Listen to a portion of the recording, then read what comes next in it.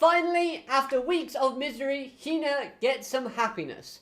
In fact, by the end of this chapter, I say she's feeling pretty golden.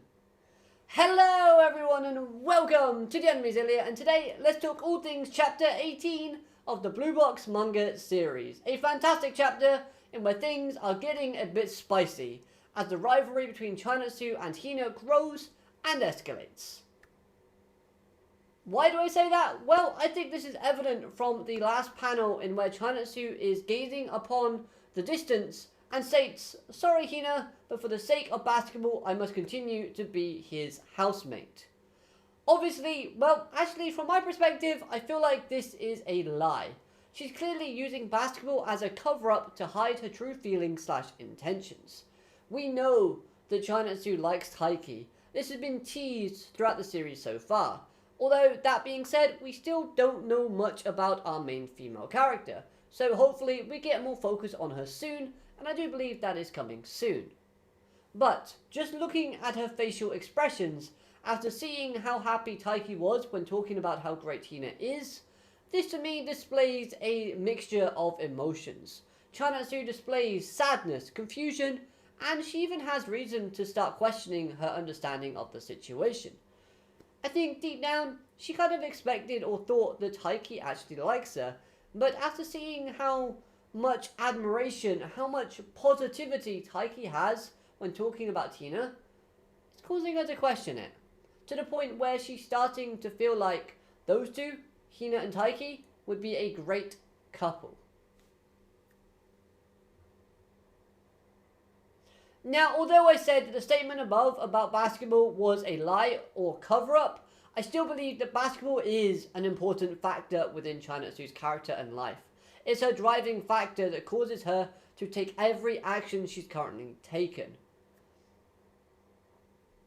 After all, she stayed in Japan when her parents moved overseas for work. She's living with another family, so that in itself speaks volumes to her determination when it comes to the sport of basketball and her pursuit in her dream of going to nationals. So when she said she must do it for basketball, that is partly true. But again, I feel like behind that truth is an even bigger lie about her covering up her feelings. But I love the fact that she is both aware of the support that she receives from Taiki in her pursuit of nationals, but also the fact is that living with Taiki causes Hina some pain, because obviously it would. If a member of the opposite sex that you know that your crush actually has a crush on, you know, those who are living together, that's going to cause you to be, you know, in a bit of pain and have inner turmoil, as we've seen with Hina throughout the previous chapters. Now, I thought it was very interesting that Chinatsu does see the feelings that Hina holds for Taiki, considering the fact is that Hina and Chinatsu have only had one real interaction with each other, and that comes from the conversation they had in chapter 15 in that kind of chiropractor room. So this to me tells me that Chinatsu has great emotional awareness when it comes to reading people's thoughts and kind of body language. So this, again, adds to Chinatsu's character, makes her a little bit more interesting and gives her a bit more depth. Hopefully, we'll learn more about our favourite female protagonist and we'll build upon her character in the future. I feel like we're going too soon though, so I'm really looking forward to that. But now, let's shift our focus onto Hina's character, because she is the character of focus in this chapter.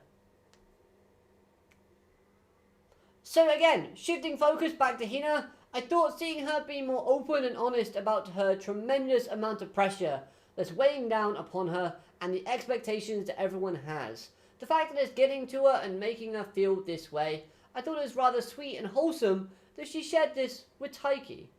And speaking of Taiki, I thought he was great in this situation.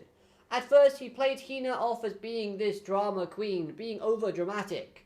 But then, after hearing what she had to say, he realised that she was actually really bothered by this situation, and he turned his expressions and helpfulness to being more serious and more supportive, acting as a really good friend.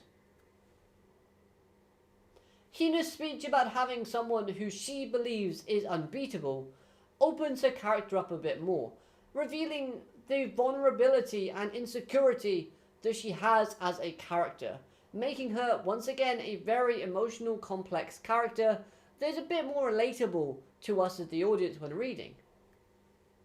Now, one thing that this chapter really encapsulates and does perfectly is make out and display the relationship slash friendship between Taiki and Hina, and how it's so meaningful between both of them. As often, Hina comes across as very braggadocious and full of confidence around other people, yet she's able to be open and honest and trusts Taiki completely, and feels safe expressing her frustrations and her emotions to him. Not to mention, we also got some great character building for Hina in terms of seeing a different type of emotion being displayed.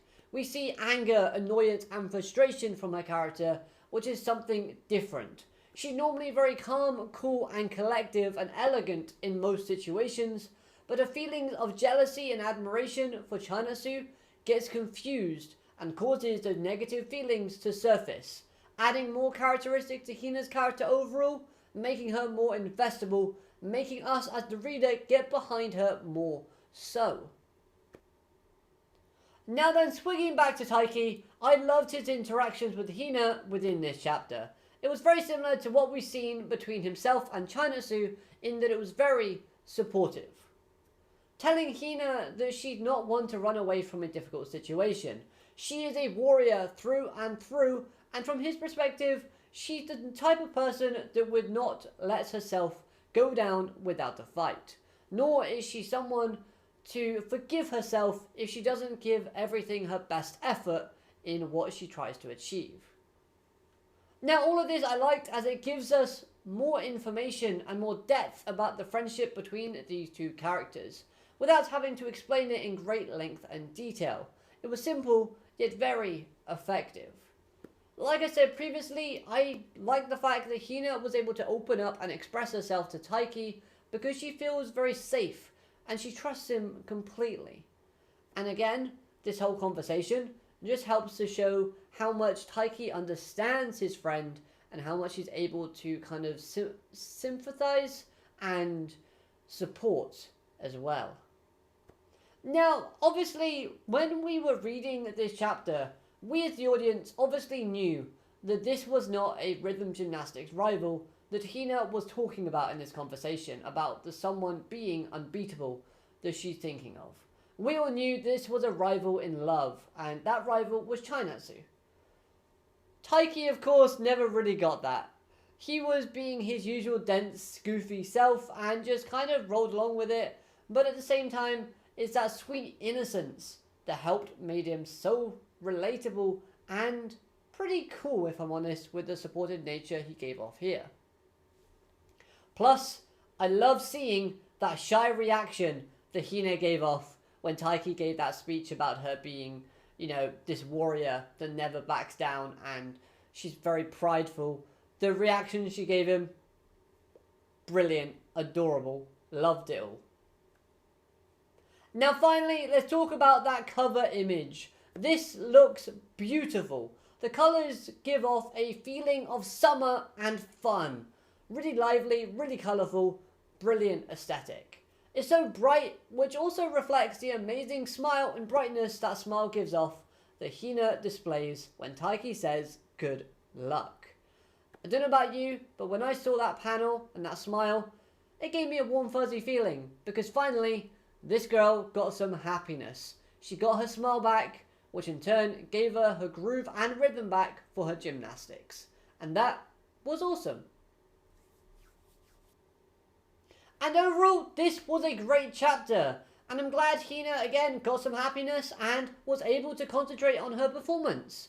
Because now she's going to nationals. And she's also got her cheeky, playful personality back, which is always fun to see because I like it when Hina teases Taiki. I miss that. I thought that was something that was missing from these chapters, but it's understandable as to why Hina wasn't doing it. But now she's back doing it, we can have some good fun times with the three friends, Kyo, Hina, and Taiki just interacting and being themselves.